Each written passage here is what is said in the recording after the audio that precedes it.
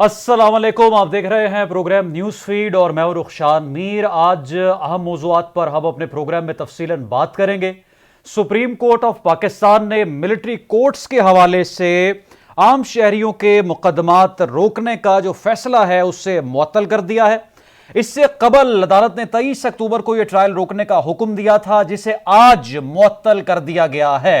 अहम सवाल यह है कि इस फैसले का पाकिस्तान की सियासत पर क्या असर पड़ेगा। सुप्रीम कोर्ट का कहना था कि 9 मई के वाकयात में मुलव्वस 103 अफराद का ट्रायल जारी रहेगा और फौजी अदालतें तमाम गिरफ्तार मुलजमान के खिलाफ हतमी फैसला जारी नहीं करेंगी। अदालत का मजीद कहना था कि फौजी अदालतें मुलजमान का ट्रायल कर सकती हैं, लेकिन हतमी फैसला सुप्रीम कोर्ट के अहकामात से मशरूत होगा। जस्टिस सरदार तारिक मसूद इस 6 रुकनी बेंच के सरबराही कर रहे थे, जिसमें इख्तिलाफी नोट लिखने वाली जस्टिस मुसरत हिलाली के अलावा जस्टिस अमीनुद्दीन खान, जस्टिस मोहम्मद अली मजहर, जस्टिस हसन अजहर रिजवी और जस्टिस इरफान सादत खान भी शामिल थे।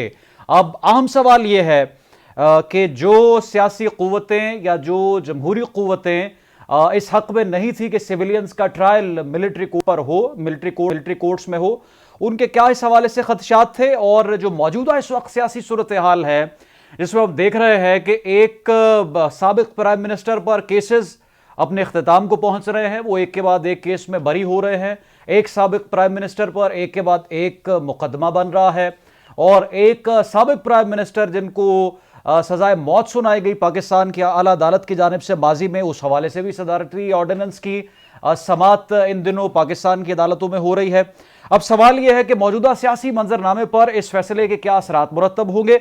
और दूसरा हम मामला साइफर केस में खुसूसी अदालत बानी पीटीआई और शाह महमूद कुरैशी के खिलाफ जो है वो उन पर फर्द जुर्म आयद कर दी है और मुलजिमान ने सेहत जुर्म से इनकार कर दिया।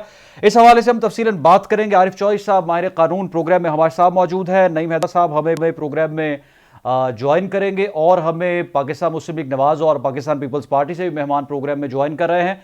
आरिफ चौधरी साहब, आपके वक्त का बहुत शुक्रिया। मैं सर आपसे ये सबसे पहले तो जानना चाहता हूं कि मौजूदा सियासी सूरत हाल पर, जब मुल्क इलेक्शंस के फेज में है, इलेक्शन कैंपेन की बात हो रही है, फ्री एंड फेयर इलेक्शंस की बात हो रही है, ये जो फैसला है फौजी अदालतों का, इसके इस मौजूदा सियासी मंजरनामे पर भी कोई असरात आपको नजर आ रहे हैं पड़ते हुए? यकीनन असरात मुरतब होंगे। सबसे पहली बात तो यह है कि ये फैसला दरअसल सुप्रीम कोर्ट की तरफ से पाकिस्तान के अंदर क्रिमिनल जस्टिस सिस्टम जो मौजूद है उस पर अदम एतमाद का इजहार है, खुद अपनी ही सुप्रीम कोर्ट तरफ से। गोया वो ये कह रहे हैं, उन्होंने ये फैसला फरमाया है कि पाकिस्तान के अंदर जो इस वक्त निज़ाम चल रहा है, अदालती निज़ाम, उसमें ये सख्त नहीं है कि वो मुल्ज़मान को सजा दे सके। तो इस मामले में मैं समझता हूँ ये एक मुतवाज़ी निज़ाम है जिसकी हमेशा से अदालतों ने तो मुखालफत की है, क्योंकि ये अदालतों के वजूद के ही खिलाफ है। ये जो सिविल अदालतें हैं हमारी मौजूद है मौजूदा सिस्टम में, उसके खिलाफ अगर ये इजाजत दे दी जाए उसको मिलिट्री कोर्ट को, तो मिलिट्री कोर्ट तो कॉन्स्टिट्यूशन के तहत नहीं बनती। मिलिट्री कोर्ट की तो जो कॉन्स्टिट्यूशन में जरूरत है वो बुनियादी तौर पर सिर्फ इस बात के लिए है कि जो उनके केसेस हैं मिलिट्री के, वो अलग तौर पर अपने लोगों के केस ट्राई कर सके। और हाँ, अगर कोई शख्स सिविलियन जो है वो मुलव्वस हो, उसके साथ इन्वॉल्व हो, फौज के किसी शख्स के साथ, तो फिर उसका ट्रायल हो सकता है उसके साथ, वरना नहीं हो सकता। अब इसके असरात जो होंगे वो ये आप जरा देख लें कि ऐसा हुक्म पहले कभी नहीं देखा हमने कि जिसमें काम जो हो रहा है उसे तो रोका जा सकता है, अदालतें रोकती हुक्म इब्तदाई जारी करते हैं। एक काम जो रुका हुआ है उसको एक इंटरिम ऑर्डर के जरिए आपने जारी कर दिया है, और इसका करना क्या चाहते हैं? वो करना ये चाहते हैं जो सबको नजर आ रहा है कि यहाँ पीटीआई के जो बानी चेयरमैन है उनको सजा देना मकसूद है। और वो सजा चुके ये कह रहे थे कि जी ये आपकी अदालतें जो है सिविल की जो है ये नाकारा हैं, इस लिहाज से ये कामयाब नहीं हो रही उन्हें, क्योंकि जितने भी केसेस बनाए गए उसमें जाहिर है कि जब कानून की बात आएगी तो अदालतों को देखना पड़ेगा, वकील भी पेश होंगे, वो बताएंगे। बानी पीटीआई पर जो केसेस है वो साइफर का मुकदमा है, 9 मई मुकदमात हैं या दीगर जो उन पर केसेस बनाए गए, वो केसेस मिलिट्री कोर्ट्स में जाएंगे और उनको मिलिट्री कोर्ट्स के तहत सजा हो सकती है इलेक्शन से पहले आने वाले दिनों में। देखें, अभी तक तो जो नजर आ रहा है ना वो 9 मई के केसेस हैं, जो 9 मई के वाकयात में है। लेकिन इसमें कोई मजायका भी नहीं इनकी से कोई बात भी नहीं है कि ये केसेस भी जो अपने पास मंगवा लें, चूंकि उन्होंने कह दिया, अब उनकी मर्जी है ना फैसला करने वालों की, कि वो कहें कि जनाब ये भी हमने मिलिट्री कोर्ट में ट्राई करने हैं, ये भी बड़े सीरियस केसेस हैं। तो मकसद तो ये है। और केस जो पीटीआई के चेयरमैन हैं उनको सजा हर सूरत में देनी है, क्योंकि आने वाला इलेक्शन जो है वो इनके हाथ से निकलता हुआ नजर इन्हें आ रहा है। और खासतौर पर जिसके साथ डील हुई है, तयशुदा प्रोग्राम के तहत नवाज शरीफ साहब को लाया गया है और उनके सारे केसेस छोड़ के, और उसके बाद अब उन्हें प्रॉब्लम ये नजर आ रही कि वो जलसा नहीं कर सकते, लोग उनकी बात नहीं सुनते, लोग तो उन्हें बिल्कुल करीब नहीं आने दे रहे। और वोट जो है उन्हें नजर आ रहा है कि वोट उन्हें नहीं पड़ेगा। ये सारे के सारे जितनी भी दुनिया में इस वक्त आ रहे हैं अंदाजे या जिस तरह के तजिए किए जा रहे हैं, उसमें ये तय हो गया है, नजर आ रहा है। तो ऐसी सूरत हाल में वो चूंकि बिल्कुल इतने ज्यादा लाडले हैं और इतना ज्यादा उनका एग्रीमेंट इस तरह का मुआहदा है कि भी उन्हें इक्तदार तक उन्होंने पहुंचाना, और इक्तदार तक पहुंचने में रास्ते में अब जो रुकावट नजर आती है वो पीटीआई का वोटर है। पीटीआई का वोटर जो आप सबसे पहले जो नजर सर आज जो सवात हुई है, आरिफ शोई साहब, मैं आपका इस पर कमेंट चाहूंगा। आप जो हमशीरा हैं बानी पीटीआई की, उन्होंने कहा कि ऐसा लग रहा है कि हम अपने मुल्क में नहीं किसी और मुल्क में बैठे हैं और बहुत तकलीफ होती है कि ये हमारे साथ हमारे ही मुल्क में क्या हो रहा है। और मजीद उन्होंने कहा कि मीडिया के बगैर साइफर मुकदमे का फ्री ट्रायल नहीं हो सकता। और ऐसा लगता है कि खान साहब को उन्होंने खदशा जाहिर किया कि इस केस में सजाए मौत हो सकती है। ये कमेंट्स उनकी हमशीरा के हैं और यही स्टेटमेंट आज बानी पीटीआई ने भी जज के सामने दिया कि मुझे सजाए मौत से कोई खतरा नहीं है, अगर इंसाफ ना हुआ या फेयर ट्रायल ना हुआ तो जिम्मेदार आप होंगे। मैं सर जानना चाहता हूं साइफर केस अभी जो आप तो रोजाना की समाअत इस हवाले से देख रहे हैं, डे टू डे जो हियरिंग हो रही है, मामला इस हद तक सेंसिटिव हो चुके हैं कि साबिक प्राइम मिनिस्टर की भी सजाए मौत तक नौबत आ सकती है। माजी में तो हमने देखे हैं इस तरह के केसेस। इस केस की जो मौजूदा स्टैंडिंग है उस पर क्या कॉमेंट है? देखिए, अगर तो केस हो ना मेरिट पे, तो फिर तो सवाल ही नहीं पैदा होता कि इसमें सजा कोई भी हो सके। ये सजा का केस ही नहीं है और केस बनता ही नहीं है। लेकिन चूंकि मकसद तो ये है कि एक तरीका निकाला गया है, ये दुनिया पूरी में ऐसा होता है कि जब यानी सजा देनी होती है, आपने सद्दाम हुसैन का ट्रायल देखा, बाकी और सारे ट्रायल जो है उनमें जो जिन्होंने सजा देनी होती है वो इस तरह के मॉक ट्रायल करते हैं, सामने बिठा देते हैं, नजर आने वाला शख्स जो है वो जज नजर आता है, लेकिन इनफैक्ट वो जज नहीं होता। उससे ताकत कोई और होती है जो फैसला करवा रही होती है, और उसका काम सिर्फ ये है कि दिखाने में कि जनाब ये अदालत लगी हुई है, इसमें वकला पेश हो रहे हैं, इसमें दलीलें हो रही हैं। मकसद उसका ये होता है कि उसने हर सूरत में जो उसे हुक्म दिया है वो फैसला करना है। और यही शताबी और यही तेजी जो थी उस वक्त, जो पहले वाला केस था गिफ्ट वाला, उसमें भी यही था। और अब इसमें भी प्रॉब्लम यही है कि जल्दी से जल्दी सजा वो देना चाह रहे हैं। कोई जाब्ता कानून का किसी तौर पर भी उसे वो दरखोरे इतना नहीं समझते। और अदालतों की हालत अब ये हो चुकी है कि अब लोग सीधा सीधा जिन्होंने इनकार किया, कहा कि भाई ये जो आपके chief justice Islamabad high court है, इन पे हमें एतबार नहीं है, इसके बावजूद फैसले सब केसेस उनके पास लग रहे हैं। और ये सरदार तारिक मसूद साहब के सामने भी उन्होंने ये कहा कि जनाब हमें आप पे एतराज नहीं। उन्होंने कहा जी जो मर्जी हो, फैसला तो मैंने करना है। और उनके ऑलरेडी बयानात और वाज़ेह तौर पर आ चुके थे। उनका जो इस मामले में जो भी कंसेप्ट है, जो भी इस मामले में वो करना चाहते थे, ये चीजें सारी नजर आ रही थी। लेकिन इसके और मैं आपको ये अर्ज करूं कि ये जो फैसला किया गया था ना, पहला फैसला, उसकी ज्यादा अहमियत है क्योंकि आज हमें नजर आ रहा है अगर कि इस केस को हम डिस्कस करें तो जो खुसूसी अदालत है और जो एफआईए के स्पेशल प्रोसिक्यूटर जुल्फ़िकार अब्बास नकवी, साबिक चेयरमैन पीटीआई शाह महमूद कुरैशी के वकला चूंकि अदालत में पेश हुए, और उनकी फैमिली मेंबर, जिस तरह से हमने डिस्कस किया, अहलिया बुशरा बीबी और बहनों समेत दीगर फैमिली मेंबर्स भी उनके पेश हुए। सर जो फर्द जुर्म आयद की गई है उसके मंदरजात में कहा गया है कि खुफिया साइफर को जलसे में लहराया गया और उसके मंदरजात को जेर बहस लाया गया। ऐसा करना ऑफिशियल सीक्रेट एक्ट के तहत एक संगीन जुर्म है।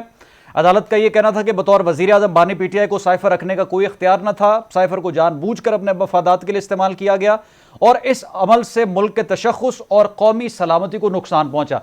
सर ये जो केस है अब जिसमें सजाए मौत की बात की जा रही है, बानी पीटीआई की तरफ से भी, उनके फैमिली मेंबर्स की तरफ से भी, और ये इतना बड़ा केस जाहिर किया जा रहा है कि ये फैसला करेगा कि क्या उनका सियासी मुस्तकबिल है एक साबिक प्राइम मिनिस्टर का। लेकिन सवाल ये है कि साइफर का क्या कंटेंट था, साइफर कैसे आया, और साइफर अब इस वक्त कहां पर है। उस वक्त वजीर दाखिला पीडीएम के कुछ और कह रहे थे, पीटीआई के मेंबर्स कुछ और कह रहे थे, बाद में जो वादा माफ गवाह भी बने। लेकिन अभी तक हकीकत ही साइफर की नहीं पता चली कि साइफर एक्चुअल था क्या, उसका कंटेंट क्या था। ये तो एक बहुत बड़ा सवालिया निशान है कौम के लिए आज भी।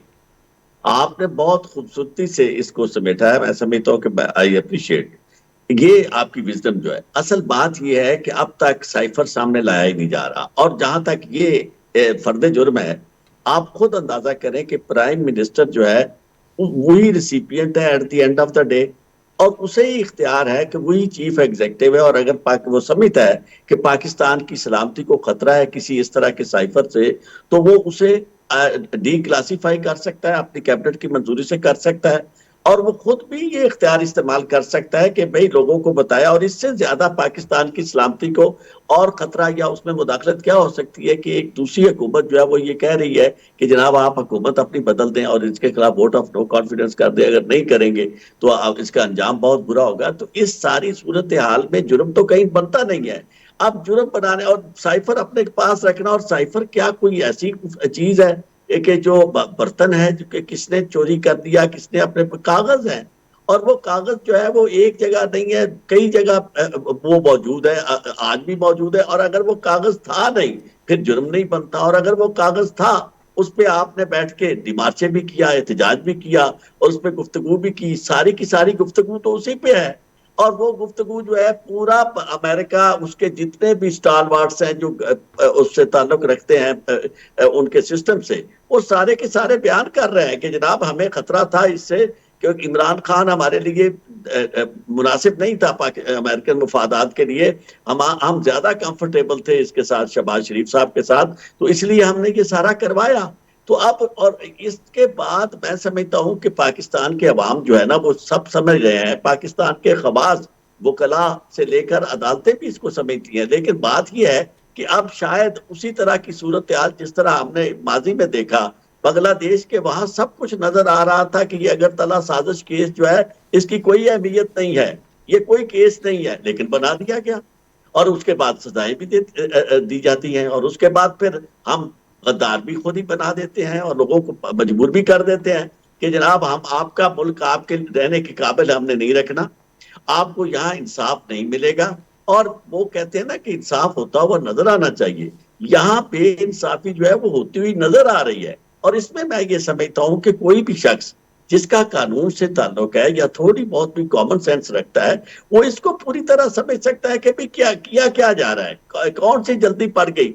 आपने हर जगह लोगों को पकड़ पकड़ के जनाब उनको मजबूर कर रहे हैं, किसी के साथ क्या जो अशर किया जा रहा है। अगर तो ये मामला सिर्फ पाकिस्तान की सलामती का होता, और ये जो कह रहे हैं कि जनाब यूं किया गया, हमले किए गए तंसीबात पर, अगर तो ये वाकया बाकायदा इस तरह का होता तो जो लोग इसमें मुलव्वस थे उनका आपने सबसे पहले तो देखना था कि दोनों तरफ से जो लोग मुलव्वस है जो नजर आ रहे हैं उनको आप पकड़ते, और उससे पहले आप बाकायदा इसकी तहकीकात करते, और तहकीकात में ये जुर्म साबित होता आपके प्राइमा फिशाई कि जनाब इसमें पीटीआई का चेयरमैन जो था उस वक्त का वो शामिल था, और वो उसके लोग शामिल थे, और वो खुद जा रहे थे। ऐसा तो हरगिज नजर नहीं आता। नजर तो ये आता है कि जो लोग उस वक्त यास्मीन राशिद जैसे या पीटीआई के चेयरमैन की बहनें जो हैं वो वहां खड़ी होकर कह रही थी कि अंदर नहीं जाना, और कुछ इनके लोग जो थे वो कह रहे थे कि आओ भाई आओ, आओ भाई आओ। तो ऐसी सूरत हाल में आपने इसको 9 मई और उसके साथ 9 मई से पहले वाकयात सामने नजर आ रहे हैं। जब ये गिरफ्तार करने के लिए गए हैं पीटीआई के चेयरमैन को, तो जो सूरत हाल हुई, सिविल इंतजामिया जो थी वो बेबस होगी। तो उसी वक्त ख्वाजा आसिफ जैसे लोगों ने कहना शुरू कर दिया था कि इनका बंदोबस्त जनाब ये कर दिया गया है, ये दहशतगर्द जमात है, इस पर पाबंदी लगनी चाहिए। आप देखें यानी दहशतगर्द और पाबंदी वाली बातें तो उसी वक्त वो कर रहे थे, और दे आर इन लाइन पे ईच अदर। आपस में उनका बिल्कुल सारी चीजें उनके सामने है कि क्या क्या किया जाएगा। एक लिखा हुआ मुसवदा है जिस पे अमल दरामद किया जा रहा है, और इस बात की परवाह नहीं की जा रही, ना अदालतें कर रही हैं ना हमारी एडमिनिस्ट्रेशन जो है हाई लेवल की वो कर रही है कि इससे पाकिस्तान की क्या हैसियत क्या रह रही है। हम हैं किस जगह खड़े हुए, हमें इस वक्त जरूरत किस चीज की है। पाकिस्तान में अमन की जरूरत है, दहशतगर्द जो है वो ठीक है जी। पूरी तैयारी के साथ आ रहे हैं और हम अपने लोगों को मारने के ऊपर तले तुले हुए हैं। और फिर एक और देखें, बार काउंसिल का रोल, हमारी पाकिस्तान बार काउंसिल का इंतहाई शर्मनाक है कि आपने कश्मीर के मामले पे तो जनाब कल हड़ताल करवा दी, और इतना बड़ा वाकया हो गया कि जो इस वक्त फैसला आया है जिसमें मुअत्तल किया गया है उस पहली जजमेंट को, उसका नतीजा जो है उससे बहुत सारे बेगुनाह लोगों के यानी उसमें तहतेग होने का खतरा है और सिविल आजादियां तलफ हो गई। उस पर कोई वो एहतजाज नहीं कर रहे, इसलिए कि ये जब आते हैं तो पूरे निजाम को डिवाइड करके आते हैं। जुडिशरी में डिवीजन, वो कलाम में डिवीजन, अखबार नवीसों में ये जो आपके जर्नलिस्ट हैं, मीडिया, उसमें डिवीजन, और ये सारी डिवीजन करके फिर उसके बाद जो ताकतवर लोग हैं उनके साथ मुआहदात करके पाकिस्तान के लोगों को इस तरह नजरअंदाज करना और उनका राइट ऑफ वोट जो है, फ्रीडम ऑफ एसोसिएशन जो है आर्टिकल 17, उससे महरूम करना, मैं ये समझता हूं कि ऐसी बात है कि जो किसी के लिए हाजम नहीं हो रही है, किसी पाकिस्तान से मोहब्बत रखने वाले किसी भी शख्स को। बहुत शुक्रिया आरिफ चौधरी साहब, माहिर कानून प्रोग्राम में हमारे साथ मौजूद है। नाज़रीन, दूसरी मियां मोहम्मद नवाज शरीफ का स्टेटमेंट एक सामने आया है। आप जानते हैं कि मियां मोहम्मद नवाज शरीफ की जो पॉलिटिकल हिस्ट्री है, किसी भी वक्त वो एग्रेसिव स्टांस लेते हैं और उनके जो अपना बयानिया है वो भी यकसर तब्दील हमें होता हुआ माजी में दिखाई दिया। आपको याद है कि उनकी वापसी से कबल लंदन में उन्होंने एक वीडियो बयान जारी किया था और फिर इसहाक डार साहब उनसे मिलने गए, मियां मोहम्मद शहबाज शरीफ उनसे मिलने गए और बाद में फिर उन्होंने कहा कि ये बयान जो है उसकी तरदीद उन्होंने करने की कोशिश की। मियां नवाज शरीफ साहब का आज का ये स्टेटमेंट भी बड़ी अहमियत का हामिल है। कहते हैं कि इंतकामी जज्बे से वापस नहीं आया लेकिन हिसाब तो लेना बनता है। जिस तरह से साबिक एस्टैब्लिशमेंट के हवाले से वो गुफ्तगू करते रहे हैं माजी में, क्या मियां नवाज शरीफ इलेक्शन से पहले अब मजीद अपना स्टांस दोहराएंगे? और दूसरी जाने पीपल्स पार्टी का जो मुसलसल एक स्टेटमेंट आ रहा है नून लीग और बाकी सियासी जमातों को लेकर, उसकी क्या स्टैंडिंग है? हमारे साथ प्रोग्राम मौजूद है मज़हर इकबाल साहब पाकिस्तान मुस्लिम लीग नवाज से, और नादिर नबील गबोल साहब हमें पाकिस्तान पीपल्स पार्टी से ज्वाइन कर रहे हैं।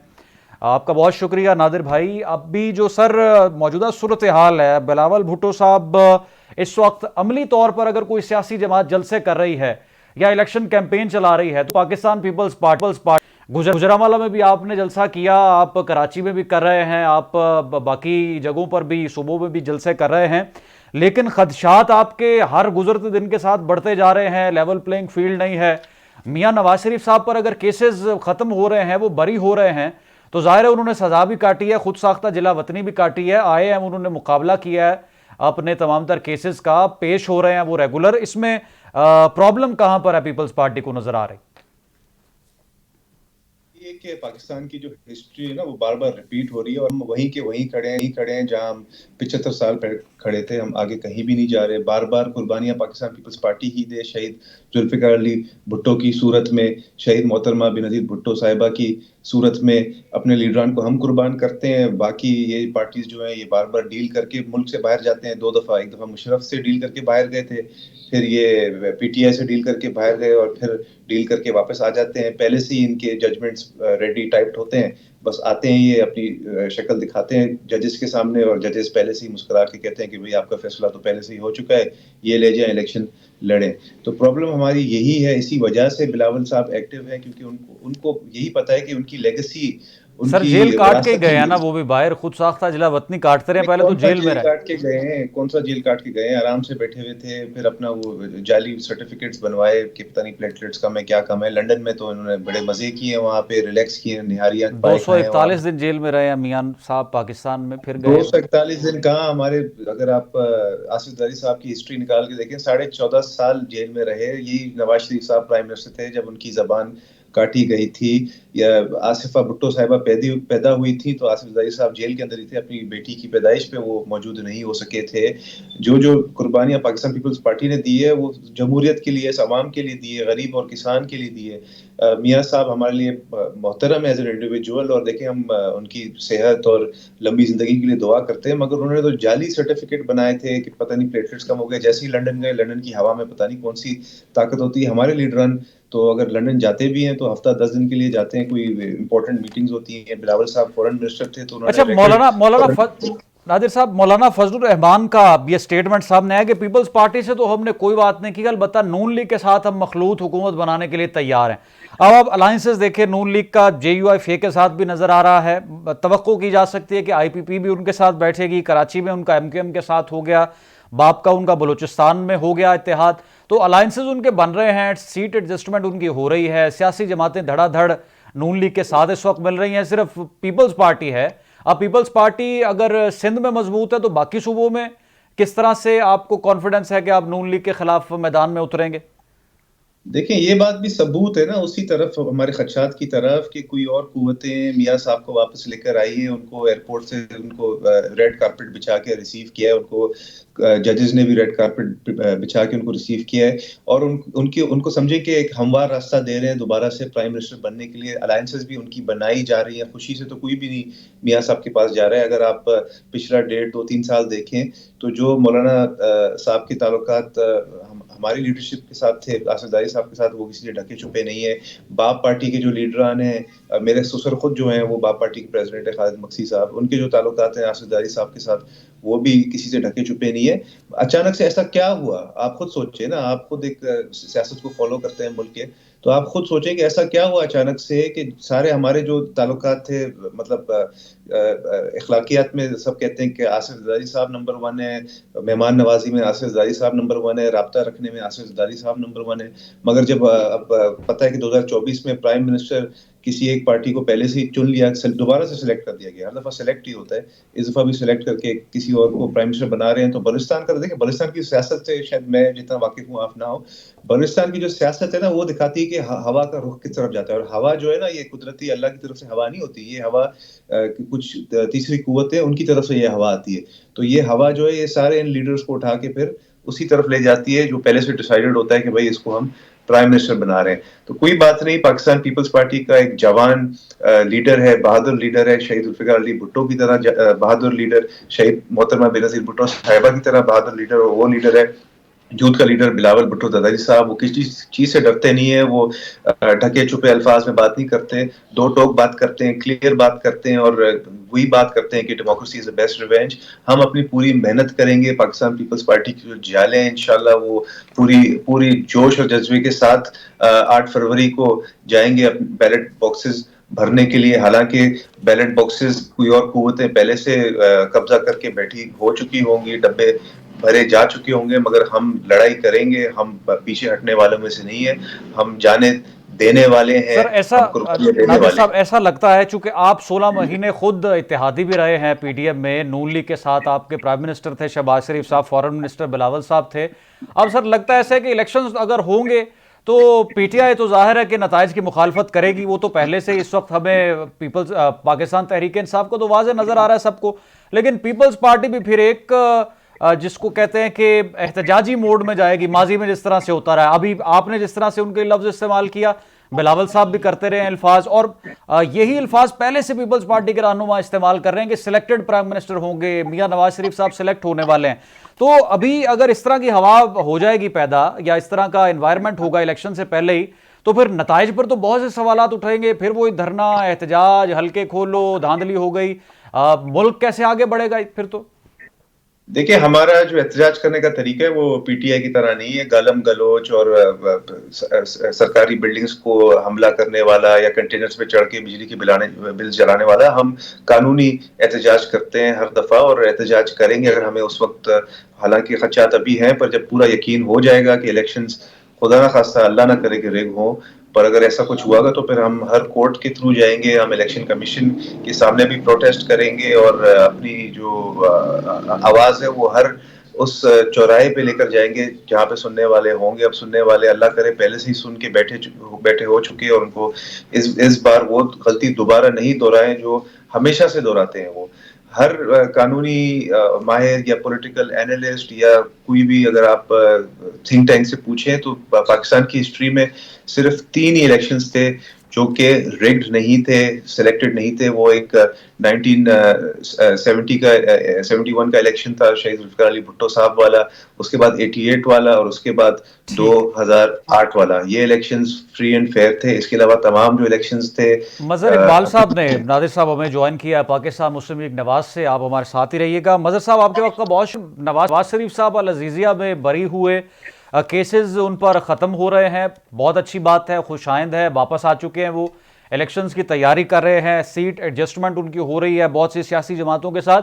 लेकिन आपके सियासी हरीफ इसको तनकीद का निशाना बना रहे हैं। पीपल्स पार्टी ने तो पहले से लव सिलेक्टेड इस्तेमाल करना शुरू कर दिया है, और मैं ये समझता हूं बतौर स्टूडेंट हिस्ट्री का ये तो बड़ा खतरनाक एक लफ्ज़ है। माजी में इस पर धरने हुए, एहतजाज हुआ, विफाक को जो है वो ब्लॉक किया गया। तो अगर इस तरह से चलते रहे मामलात और इलेक्शंस के बाद आपके सियासी हरीफों ने नताइज तस्लीम करने से इनकार कर दिया, फिर तो बस पाकिस्तान की इकॉनमी का कोई हाल नहीं रहेगा। यही हम देखेंगे फिर अगले 5 साल में। जी शुक्रिया मुझे मदऊ करने का। देखिए, ये सिलेक्टेड जो है, जो वर्ड है, ये बिलावल साहब को उस वक्त याद नहीं आया जब PDM की हुकूमत बनी और उसमें वो वजीर खारजा थे और मियाँ शहबाज शरीफ साहब वजीर आज़म थे और उसमें सारे शराकतदार थे। तो अब क्या मसला बन गया है कि अब जो है वो एक सिर्फ अपने वोटर्स को एल्योर करने के लिए और एक बयानिया बनाने की कोशिश कर रहे हैं और जिसमें वो इंशाल्लाह नाकाम होंगे। लेकिन बहरहाल उनका ये पॉलिटिकल जो है वो है, एक वो जो है स्लोगन बनाने की कोशिश कर रहे हैं। लेकिन बिलावल साहब क्योंकि अभी नातजर्बाकार हैं और अभी जो है उनके वालिद मोहतरम जरदारी साहब भी कह चुके हैं कि अभी ज़रा वो अंडर ट्रेनिंग है। मेरा ख्याल है उन्हें जो है वो उनको नातजर्बाकार उन्होंने कहा, तो उन्होंने भी सर उससे पहले कह दिया कि आप ये बुजुर्ग नहीं इस मुल्क का मुस्तकबिल देख सकते, अब नौजवान क़यादत को आगे लेकर आए। तो मामला तो दोनों तरफ से जो है ना वो जी बिल्कुल, नौजवान क़यादत को भी आगे आना चाहिए और वो भी इंशाअल्लाह जो है वो उस लर्निंग फेज में है। तो हम भी जो है वो उन्हें इग्नोर करते हैं कि भाई चलें, he would become a mature politician in the coming days. और ये जो अब इलेक्शन का जो है वो बेसिकली उन्हें इसलिए ज्यादा मेरा ख्याल है सर नून लीग PTI को भी इग्नोर करती रही, लेकिन प्राइम मिनिस्टर को फिर उन्होंने जिस तरह से आपके सामने तमाम तर मामलात है नून लीग की हुकूमत के साथ क्या हुआ माजी में, उस वक्त आप PTI को भी इग्नोर कर रहे थे। अब आप बिलावल साहब भी नौजवान आपको लग रहे हैं, उनको भी आप इग्नोर कर रहे हैं। PTI तो इस वक्त कहीं पर नजर ही नहीं आ रही, वो भी आ जाएंगे किसी दिन मंजर आम पर आने वाले कुछ अरसे में, कुछ महीनों में। लेकिन फेस आप किस तरह से करेंगे सिचुएशन को? इट्स नहीं, हम तो चाहते हैं कि हेल्दी कंपटीशन हो और जो है वो मामलात मेजोरिटी के साथ आगे बढ़े। और बेसिकली उन्हें मेरा ख्याल है इस चीज़ का कल वो हुआ है ज़्यादा दुख कि जितनी अपोजिशन पार्टीज थी जो PDM में भी शामिल थी, वो ज़्यादा मेरा ख्याल है वो एतमाद जो है वो PMLN पे कर रही हैं रादर दैन पीपल्स पार्टी।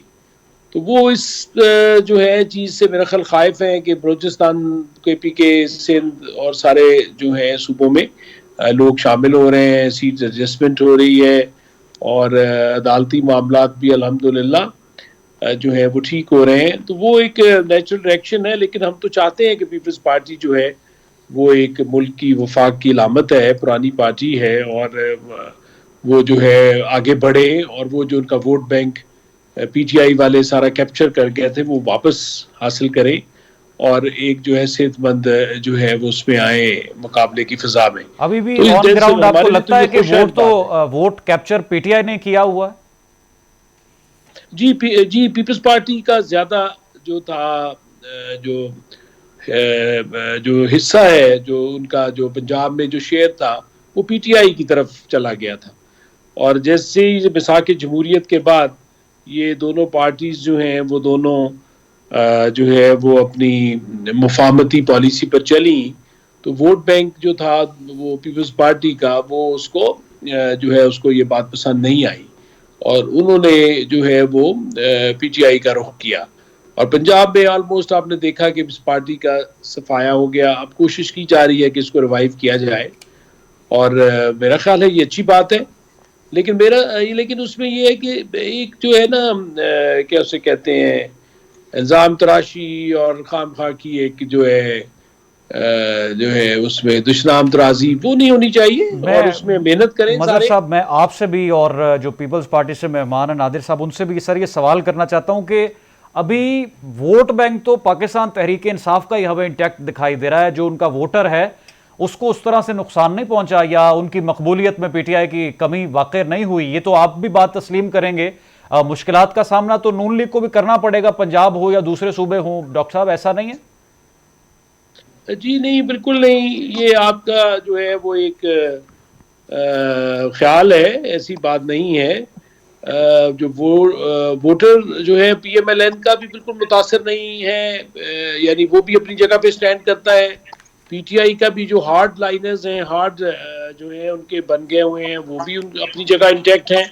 लेकिन जो आपका जो एक वोट है जो जो विनिंग अपना जो है वोट कास्ट करता है, वो मेरा ख्याल है वो अब इन सारी चीज़ों को समझ चुका है और वो जो है पीएमएलएन की तरफ अपना जो है वो रुजू करेगा और इंशाअल्लाह आप देखेंगे कि ठीक है नादिर साहब, ये आर्टिफिशियल मजहर इकबाल साहब की आप गुफ्तगू सुन रहे हैं, ये मसला है आपका कि पीडीएम में जो सियासी जमातें थी आपके साथ सीट एडजस्टमेंट या अलायंस की उन्होंने बात नहीं की, नून लीग की तरफ तमाम सियासी जमातों का रुख है, इसीलिए रोजाना ये स्टेटमेंट देते हैं बिलावल साहब भी और दीगर जो लीडरशिप है पीपल्स पार्टी की नून लीग के हवाले से? नहीं, बिल्कुल इस वजह से तो बिल्कुल भी नहीं है। हमारी पार्टी की लीडरशिप ने बहुत क्लियरली एक्सप्लेन किया है कि क्या वजूहत थी जिसकी वजह से हम पीडीएम हुकूमत का हिस्सा बने थे। पीडीएम का हम हिस्सा शुरू में थे, मगर पीडीएम हमने छोड़ दी थी क्योंकि हमने रियलाइज किया था कि इनकी जो पॉलिसीज है वो हमसे काफ़ी मुख्तलिफ है। मगर हुकूमत का हिस्सा बनने का ये मेन वजह था कि हमें पता था कि अगर हम उस वक्त हुकूमत का हिस्सा नहीं बने और एक डेमोक्रेटिक तरीके से पीटीआई की उस तबाहकारी को ना रोके तो फिर पाकिस्तान शायद ऐसे पॉइंट पे पहुंच जाए जिस पॉइंट पे शायद बिलावल साहब और मरियम नवाज साहिबा जैसे जो नेक्स्ट जनरेशन ऑफ पॉलिटिशियन उनके लिए बड़ा मुश्किल हो जाता पाकिस्तान में इस्तेकाम रिस्टोर करने के लिए। तो ये मजबूरियां थी, कोई खुशी से हम नहीं बने थे उस हुकूमत का हिस्सा।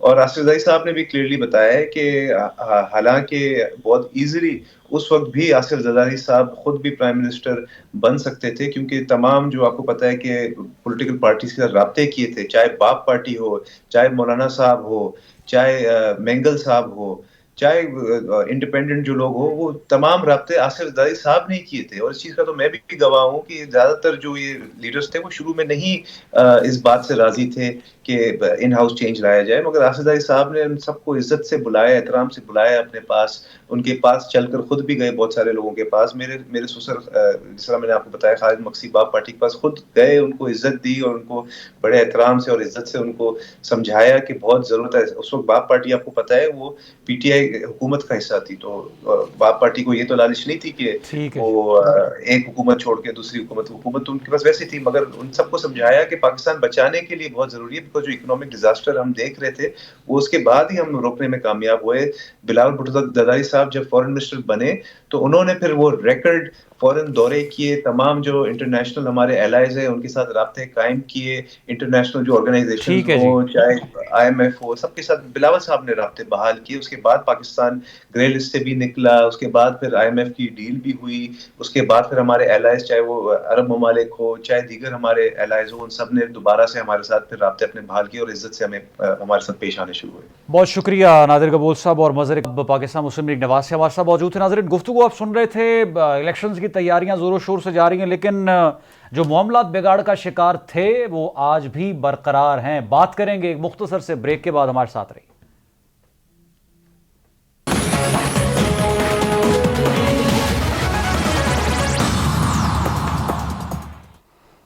नाज़रीन, ब्रेक के बाद दोबारा खुशामदीद। निगरान वज़ीर आज़म अनवारुल हक काकड़ का आज स्टेटमेंट जो है बड़ी अहमियत का हामिल है कि पाकिस्तान दहशतगर्दी के खिलाफ जंग जीत चुका है, सिर्फ ऐलान होना बाकी है। लेकिन पाकिस्तान में सन 2023 में दहशतगर्दी के वाकयात में हमें इजाफा देखने को मिला और इसकी एक बहुत बड़ी वजह अफगानिस्तान में कायम होने वाली तालिबान की हुकूमत है। पाकिस्तान के chief of the army staff ने जो वाज़े पैगाम अफगान तालिबान की हुकूमत के नाम दिया, उसका तसल्ली बख्श जवाब जिस कदर आना चाहिए था पाकिस्तान को, जो कि अफगानिस्तान के साथ हमेशा मुश्किल वक्त में खड़ा हुआ है और पाकिस्तान ने अफगानिस्तान के साथ खड़े होने के लिए बहुत सी कुर्बानियां दी हैं और नुकसानात उठाए हैं, और आज भी पाकिस्तान ने माजी में जो नुकसानात उठाए उनका अजाला कर रहा है। लेकिन अफगानिस्तान की तरफ से कोई खातिर खा पाकिस्तान को जवाब नहीं दिया गया, और यही वजह कि पाकिस्तान में आज 2 सूबे दहशतगर्दी की लपेट का शिकार हुए। हमने अपने कीमती फौजी भाइयों की कुर्बानियां दी, और पाकिस्तान की अफवाज के जो बहादुर सपूत हैं उन्होंने पाकिस्तान के लिए अपनी जानों का नजराना पेश किया। ये वाकयात जिनको रोकने के लिए, जिनकी रोकथाम के लिए पाकिस्तान और पाकिस्तानी हर सतह पर हुकूमत की शक्ल में हो या रियासत की कुर्बानियां दे रहे हैं। लेकिन सवाल यह है कि अफगानिस्तान का जो किरदार होना चाहिए पाकिस्तान में अमन को रिस्टोर करने के लिए, वो किस हद तक हमें तसल्ली बख्श दिखाई दे रहा है। तो सवाल इसका नफी में है, इसका जवाब हमें नफी में दिखाई देता है। अब देखना यह है कि आने वाले चंद दिनों में क्या अफगानिस्तान की तरफ से कोई स्ट्रेटेजिक डायलॉग पाकिस्तान के साथ शुरू होता है, या कोई इस तरह की यकीन दहानी करवाई जा सकती है जिस पर हम भी एतमाद कर सके और पाकिस्तान को भी यकीन हो सके। ये बहुत अहम है। प्रोग्राम का वक्त खत्म हो रहा है, आपसे मुलाकात होगी। रुखसान मीर को दें इजाजत। अल्लाह हाफिज।